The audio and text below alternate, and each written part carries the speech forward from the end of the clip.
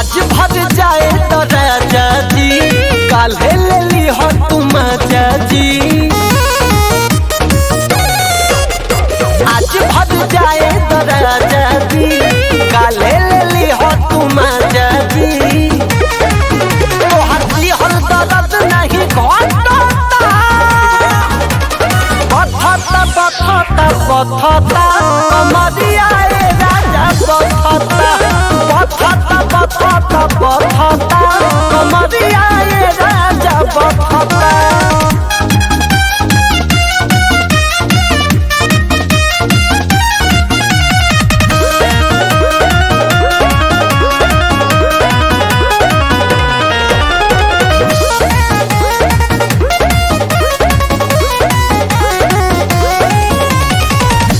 रोजो के रोजो खाली इहे बात रामा इहे बात रामा।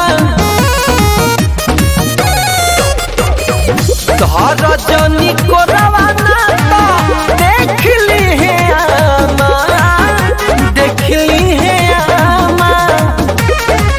काहे बतिया नहीं इहो धसता बथता अरे बथता अरे बथता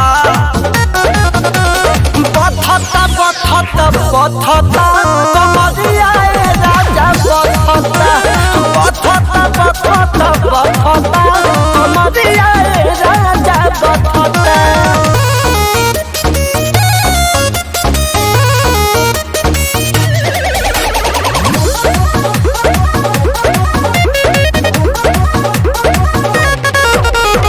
Music by Pankaj Singh।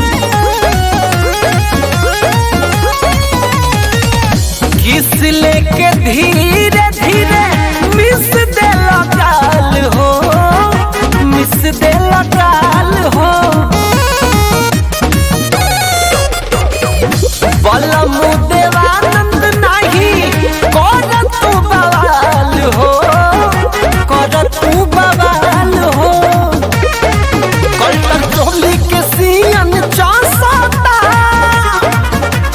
बथता बथता अरे बथता बथता बथता बथता कमरिया राजा बथता बथता बथता बथता कमरिया राजा बथता। आज भर जाए तो राजा जी काल्हे ले ली हो तुम मजा जी। आज भर जाए तो राजा जी काल्हे ले ली हो तुम मजा जी। तो हर दर्द नहीं घटता बथता बथता बथता कमरिया